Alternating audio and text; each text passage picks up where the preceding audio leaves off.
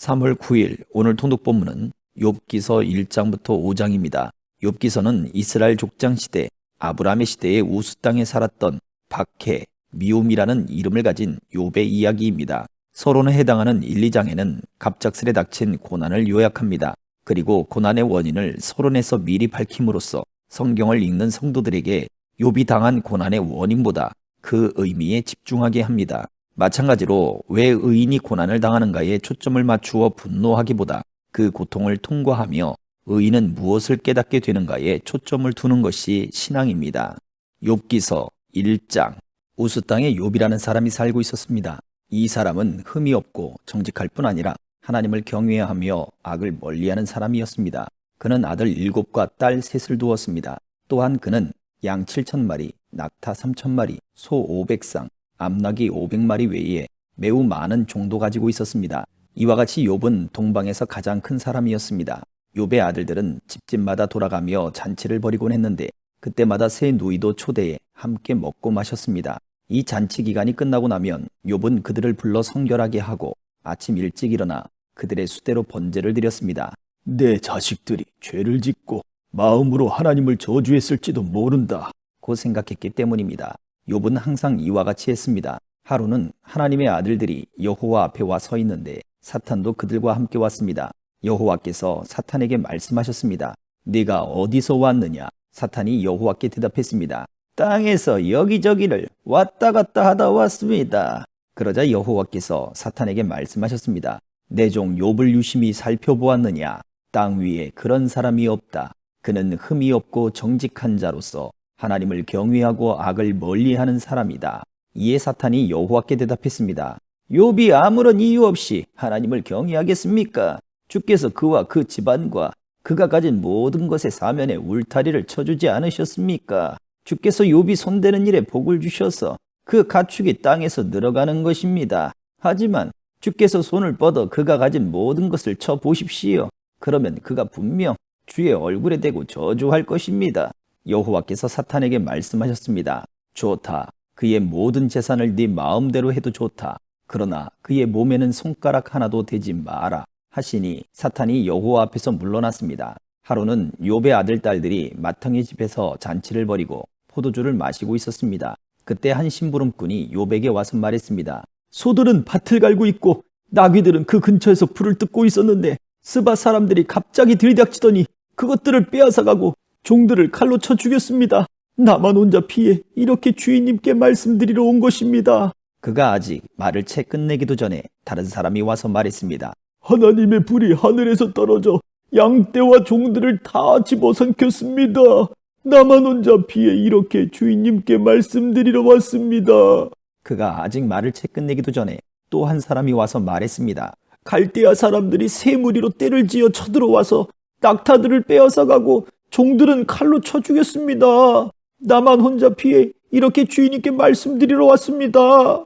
그가 아직 말을 채 끝내기도 전에 또 한 사람이 와서 말했습니다. 주인님의 아들 딸들이 맏아드님 댁에서 잔치를 벌이며 포도주를 마시고 있었습니다. 그런데 갑자기 광야에서 돌풍이 불어오더니 집에 네모퉁이를 쳤습니다. 그러자 집이 그 젊은이들 위에 폭삭 내려앉았고 그들이 죽고 말았습니다. 나만 혼자 피해 이렇게 주인님께 말씀드리러 왔습니다. 이 말에 욥은 벌떡 일어나 겉옷을 찢고 머리털을 밀어버리고 땅에 엎드려 경배하며 말했습니다. 내가 내 어머니의 모태에서 벌거벗고 나왔으니 떠날 때도 벌거벗고 갈 것입니다. 여호와께서 주신 것을 여호와께서 가져가시니 여호와의 이름이 찬양받으시기를 바랍니다. 이 모든 일에도 불구하고 욥은 죄를 짓거나 하나님을 원망하지 않았습니다. 2장. 또 하루는 하나님의 아들들이 여호와 앞에 와 서 있었는데 사탄도 그들과 함께 와서 그분 앞에 섰습니다. 여호와께서 사탄에게 물으셨습니다. 네가 어디서 왔느냐? 사탄이 여호와께 대답했습니다. 땅에서 여기저기를 왔다 갔다 하다 왔습니다. 그러자 여호와께서 사탄에게 말씀하셨습니다. 내 종 욥을 유심히 살펴보았느냐? 땅 위에 그런 사람이 없다. 그는 흠이 없고 정직한 자로서 하나님을 경외하고 악을 멀리하는 사람이다. 그리고 네가 나를 부추겨 아무 이유 없이 망하게 했는데도 그는 아직까지 충성심을 잃지 않았다. 그러자 사탄이 여호와께 대답했습니다. 가죽에는 가죽으로 해야지요. 사람이 자기 목숨을 위해서는 가진 모든 것을 다 내주기 마련입니다. 그러니 손을 뻗어 그의 뼈와 살을 쳐 보십시오. 그러면 그가 틀림없이 주의 얼굴에 대고 저주할 것입니다. 여호와께서 사탄에게 말씀하셨습니다. 보아라, 그가 네 손 안에 있다. 그러나 그 목숨만은 살려두어야 한다. 그리하여 사탄은 여호와 앞에서 물러가 욥을 그 발바닥에서부터 머리끝까지 악성 종기가 나도록 쳤습니다. 그러자 욥은 잿더미에 앉아서 토기 조각을 쥐고 자기 몸을 긁어댔습니다. 그 아내가 그에게 말했습니다. 아직도 그 찬란 충성심이나 붙들고 있다니. 차라리 하나님을 저주하고 죽어버려요. 그러나 그가 아내에게 대답했습니다. 정말 어리석은 여자처럼 말하는군. 그래, 우리가 하나님께 좋은 것만 받고 고난은 받지 않겠다는 것이요. 이 모든 일에도 불구하고 욥은 입술로 죄짓지 않았습니다. 욥의 세 친구가 그에게 닥친 이 모든 고난에 대해 듣고는 각각 자기 집을 나섰습니다. 대만 사람 엘리바스와 수아 사람 빌닷과 나아마 사람 소발은 그에게 가서 그와 함께 슬퍼하고 위로할 마음으로 만나기로 약속했던 것입니다. 그들이 멀리서 눈을 들어 보았는데 도무지 욥을 알아볼 수 없었습니다. 그들은 소리 높여 울며 옷을 찢고 하늘을 향해 재를 날려서 자신들의 머리에 뿌렸습니다. 그러고 나서 그들은 그와 함께 바닥에 눌러앉아 7일 밤낮을 같이 지냈습니다. 그가 당한 고난이 엄청난 것을 보고 그들은 그에게 아무 말도 할 수 없었던 것입니다. 3장. 그 후 욥은 입을 열어 자기가 태어난 날을 저주하며 이렇게 말했습니다. 내가 태어난 그날이 사라졌더라면, 사내 아이를 베었다고 말하던 그 밤도 없었더라면, 그 밤이 어둠이 됐더라면, 위에 계신 하나님이 신경도 쓰지 않으셨더라면, 그날의 동이 트지도 않았더라면 얼마나 좋았을까. 어둠과 죽음의 그림자가 그날을 가렸더라면, 구름이 그날 위에 덮였더라면, 그날의 캄캄함이 그날을 엄습했더라면 얼마나 좋았을까. 그날 밤이여, 어둠이 그 밤을 사로잡았더라면, 그 밤이 한 해의 날에서 빠졌더라면, 그 밤이 어떤 달의 날에도 들지 않았더라면 얼마나 좋았을까. 오, 그 밤이 잉태할 수 없는 밤이었더라면, 기뻐 외치는 소리가 그 밤에 들리지 않았더라면 얼마나 좋았을까. 나를 저주하는 자들, 리워야단을 깨울 수 있는 자들이 그 밤을 저주했더라면 얼마나 좋았을까. 그 밤의 새벽 별들이 어두워졌더라면, 날이 새기를 기다려도 밝지 않고 동이 트는 것을 보지 못했더라면 얼마나 좋았을까. 그 밤이 내 어머니의 태의 문을 닫지 않았고 내 눈앞에서 고난을 숨기지 않았기 때문이다. 내가 왜 모태에서 죽지 않았던가? 그 뱃속에서 나오면서 왜 숨을 거두지 않았던가? 나를 받을 무릎이 왜 있었던가? 나를 먹일 유방이 왜 있었던가? 그렇지 않았더라면 지금 내가 조용히 누워서 자고 또 쉬었을 텐데, 자기들을 위해 폐허를 재건한 이 땅의 왕들과 그 신하들과 함께 있었을 텐데, 또는 금을 가진 지도자들, 은으로 집을 가득 채운 지도자들과 함께 있었을 텐데, 또는 낙태된 아이처럼 세상 빛을 보지 못한 아기처럼 돼 있을 텐데, 거기는 악인이 소란을 멈추고 지친 사람들이 쉼을 얻으며 갇힌 사람들이 함께 쉬고 억압하는 자의 소리가 들리지 않는 곳이다. 거기서는 작은 사람, 큰 사람이 함께 있고 종이 그 주인에게서 놓여 있지 않는가? 왜 비참한 사람들에게 빛을 주시고 고통스러워하는 영혼에게 생명을 주시는가? 죽음을 기다리는 사람들이 죽음이 오지 않아 숨겨진 보물찾기보다 더욱 간절히 죽음을 찾다가 마침내 무덤에 이르게 되면 기뻐서 어쩔 줄 몰라 하지 않겠는가? 하나님의 울타리에 쌓여 그 인생길이 숨겨진 사람에게 왜 빛을 주시는 것인가? 내가 먹기 전에 한숨이 나오고 내 신음이 물처럼 쏟아져 나오는구나. 내가 그토록 두려워하던 것이 내게 닥쳤고 내가 무서워하던 일이 내게 일어났구나. 내게 평안도 없고 쉼도 없고 조용함도 없고 그저 고난만 와 있구나. 4장. 그러자 대만 사람 엘리바스가 말했습니다. 누가 자네에게 말을 걸면 자넨 짜증이 나겠지. 그렇지만 누가 말하지 않고 물러서 있겠는가? 생각해 보게. 자네가 많은 사람을 가르쳤고 약한 손을 가진 사람에게 힘을 주지 않았는가? 넘어지는 사람을 말로 붙들어 주었고 무릎이 연약한 사람에게 힘을 주지 않았는가? 그런데 자네가 이 지경이 됐다고 힘이 빠지고 문제가 생겼다고 힘들어하다니 자네의 경외함이 자네의 자신감이었고 자네가 올바르게 산 것이 자네의 소망이 아니었나. 잘 생각해보게. 누가 죄 없이 망하겠나. 정직한 사람이 끊어지는 일이 어디 있나.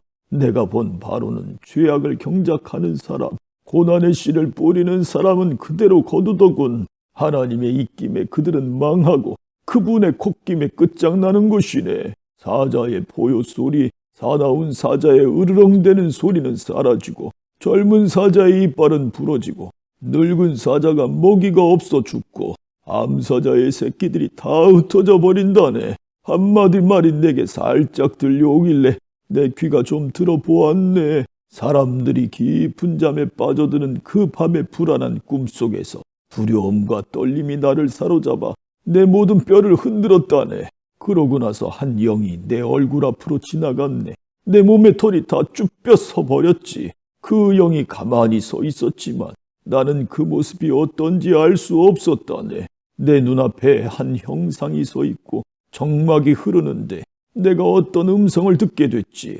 인간이 하나님보다 더 의로울 수 있겠느냐? 사람이 그 창조자보다 더 깨끗할 수 있겠느냐? 보라, 하나님께서는 당신의 종들조차 믿지 않으시고 당신의 천사들조차 허물이 있다 하시는데 하물며 진흙집에서 살면서 흙먼지 속에 그 기초를 두며 하루살이처럼 눌려 죽을 사람들이야 오죽하겠는가.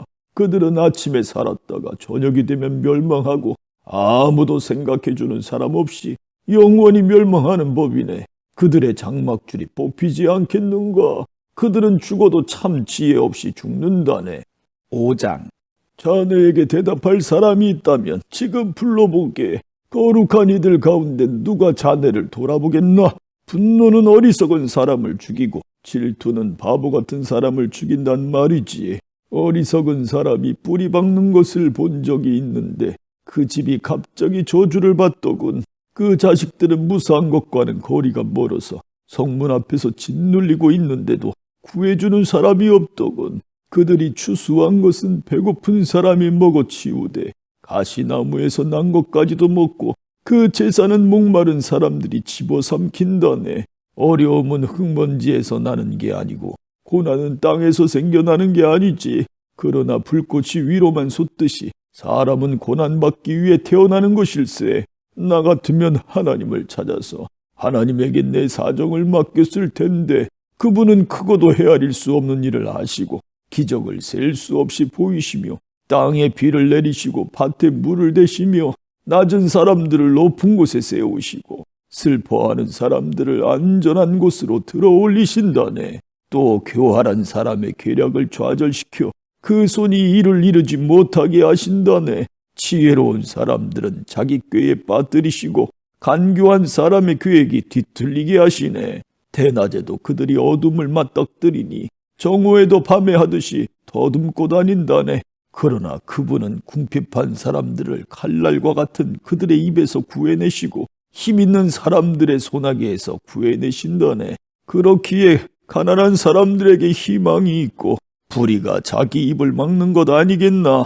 이보게, 하나님께서 바로잡아 주시는 사람은 복이 있다네. 그러니 전능하신 분의 훈계를 거절하지 말게. 그분은 상처를 주기도 하시지만 또 싸매주기도 하시고 다치게도 하시지만 그 손길이 또 치료도 하신다네. 그분이 6 재앙에서도 자네를 구해내시고 아니 7 재앙에서도 자네에게 아무 해도 끼치지 않게 하실 걸세. 기근 속에서도 그분은 자네를 죽음에서 구속하시고 전쟁에서도 칼의 권세로부터 자네를 구속하실 걸세. 자네는 혀의 채찍에서 보호받을 것이고 멸망이 닥칠 때 두려워할 필요가 없을 걸세. 자네는 멸망과 기근을 비웃을 것이고 땅의 짐승들을 두려워할 필요가 없을 걸세. 자네가 밭에 돌들과 언약을 맺고 들짐승들이 자네와 잘 어울려 지낼 테니 말이네. 자네의 장막에 아무 탈이 없을 것을 알게 되고 자네의 거처에 가더라도 죄짓지 않을 걸세.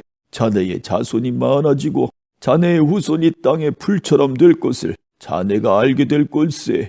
곡식단이 때가 되면 모아지듯이 자네가 수명이 다해서야 무덤으로 갈 것이네. 아, 그렇군. 우리가 고찰해 본 것이니 이 말이 맞을 걸세. 그러니 자네의 유익을 위해 그것을 알았으면 좋겠네.